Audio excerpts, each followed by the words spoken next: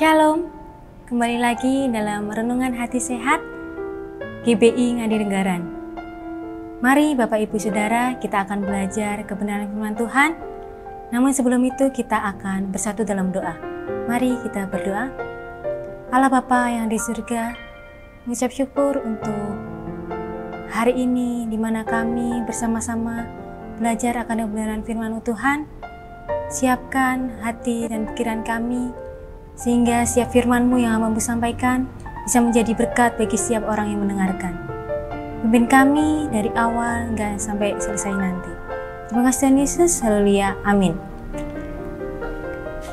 Bapak, Ibu, Saudara yang dikasih oleh Tuhan, kita akan bersama-sama belajar kebenaran firman Tuhan, di mana saya mengambil dari 2 Korintus 4 ayat 8. 2 Korintus 4 ayat 8, saya akan membacakannya. Dalam segala hal kami ditindas, namun tidak terjepit. Kami habis akal, namun tidak putus asa. Saya ulangi sekali lagi. Dalam segala hal kami ditindas, namun tidak terjepit. Kami habis akal, namun tidak putus asa. Amin. Di sini saya mengambil tema yaitu hidup berpengharapan. Di mana saya mengambil dari tokoh. Di sini ada tokoh yang bernama Simeon. Latar belakang dari Simeon ini terambil dari sejak Salomo wafat, di mana kerajaan Israel terpecah menjadi 2. Di mana dalam peristiwa ini tidak ada lagi raja yang dapat membawa bangsa itu mencapai kejayaan pada zaman Daud dan Salomo. Kemudian mereka menjadi tawanan dan dibuang ke Babel. Dalam peristiwa ini, umat Israel menanti-nantikan kedatangan Sang Juru Selamat, atau bisa dikatakan juga menanti-nantikan Allah untuk memulihkan mereka kembali menjadi bangsa yang merdeka dan makmur. Adapun harapan mereka itu tidak terwujud. Mereka mengalami penjajahan dari bangsa-bangsa seperti Mesir, Syria, serta Romawi.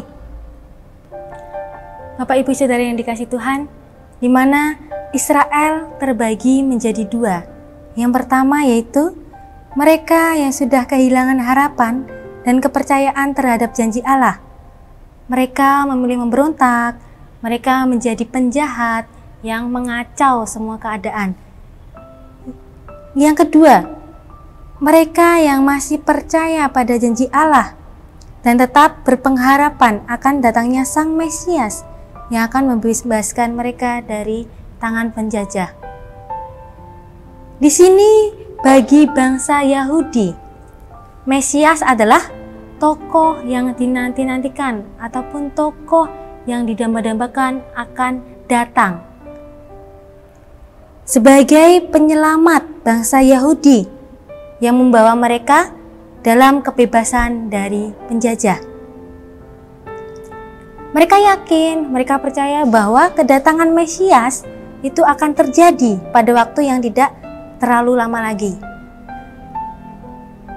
Di mana Bapak Ibu Saudara, dalam kelompok 2 ini ada tokoh yang bernama Simeon.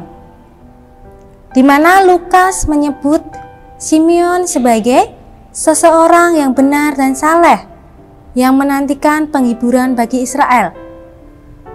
Simeon adalah orang yang setia berdoa, setia beribadah kepada Tuhan, menyembah dan melayani Tuhan di bait Allah. Kepercayaan yang terus dipegang dan dipeliharanya sampai masa tuanya. Kemudian, Simeon adalah orang yang tetap berpengharapan. Ia tetap teguh meyakini bahwa ia akan melihat Sang Mesias. Sang Mesias yang ditunggu-tunggu oleh orang banyak itu. Di mana dalam tokoh Simeon ini kita akan belajar bersama-sama bahwa pengharapan Simeon itu tidak sia-sia. Di mana Simeon digerakkan oleh Roh Kudus untuk datang ke bait suci. Kemudian Simeon bertemu dengan Maria dan Yusuf yang sedang membawa bayi Yesus. Di mana pujian diungkapkan oleh Simeon bahwa ia boleh mengalami bagaimana janji Allah digenapi. Bukan hanya bagi dirinya, tetapi bagi seluruh umat Israel. Di mana seorang penyelamat datang lahir untuk menyelamatkan seluruh umat Israel. Kita mau belajar bagaimana pentingnya memiliki harapan. Belajar dari tokoh Simeon Untuk hidup berpengharapan itu tidak berputus asa. Tetap berpegang teguh pada keyakinan akan janji Allah. Dan juga pengharapan akan membuat kita mampu bertahan dalam situasi yang sulit sekalipun. Di mana seseorang yang memiliki pengharapan itu akan selalu sabar dan juga tabah. Di mana pengharapan akan memberi kita alasan untuk terus bergerak maju dan bukan dalam terpaku sambil meratapi keadaan. Seperti yang dijelaskan oleh penulis Ibrani, Bapak Ibu Saudara, menggambarkan pengharapan sebagai sauh ataupun jangkar yang kuat dan aman bagi jiwa.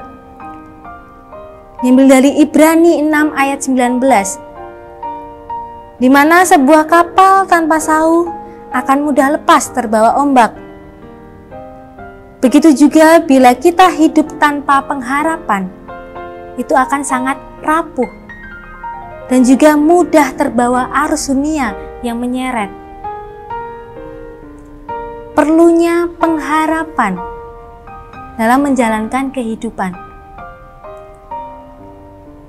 Simeon memiliki pengharapan yang dipegang teguh, di mana Simeon pengharapan itu tidak sia-sia.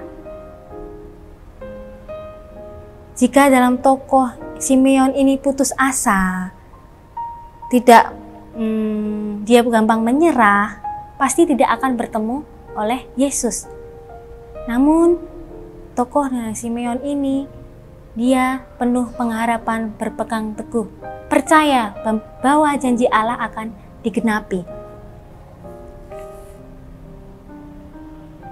Bapak Ibu Saudara, jika sedang mengalami bermacam masalah, kesulitan, tetap berpegang teguh. Tetap berpegang teguh pada pengharapan.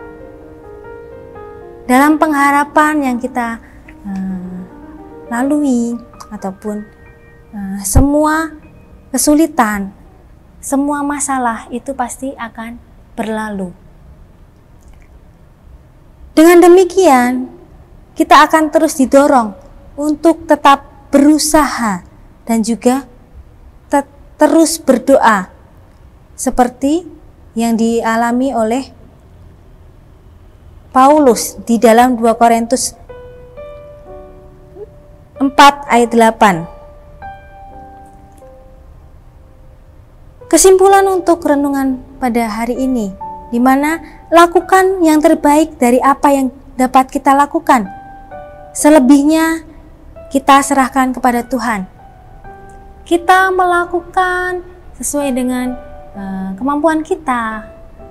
Kemudian jangan lupa kita serahkan sepenuhnya kepada Tuhan. Siap kesulitan, siap permasalahan, kita tetap harus berpengharapan, jangan berputus asa. Itu akan membuahkan hasil yang baik, di mana tidak saja bagi diri sendiri, tapi bagi semua orang. Semua orang yang ada di sekeliling kita. Tuhan tahu apa yang terbaik untuk kita, dan Dia tidak akan pernah mengecewakan. Bapak Ibu Saudara yang dikasihi Tuhan, belajar dari tokoh Simeon, di mana tidak berputus asa, di mana tidak menyerah dalam menyikapi kehidupannya, di mana Simeon mencari ataupun menunggu datangnya Mesias. Kita juga bisa belajar untuk terus berpengharapan. Lakukan sesuai kemampuan kita, kekuatan kita, selebihnya kita serahkan kepada Tuhan. Dan percaya rencana Tuhan itu yang terbaik bagi kita, dan Tuhan tidak akan mengecewakan kita. Amin. Mari kita bersatu dalam doa.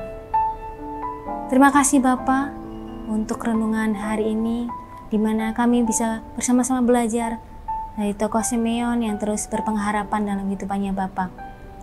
Kami juga belajar dalam kehidupan kami. Kami harus terus berpengharapan dan percaya pada janji Allah tuh. Terima kasih Bapa untuk renungan hari ini. Biarlah setiap renungan hari ini bisa kami mengerti, bisa menjadi berkat bagi setiap orang yang mendengarkan. Serahkan doa ini, haleluya, amin. Sekian, terima kasih Tuhan Yesus.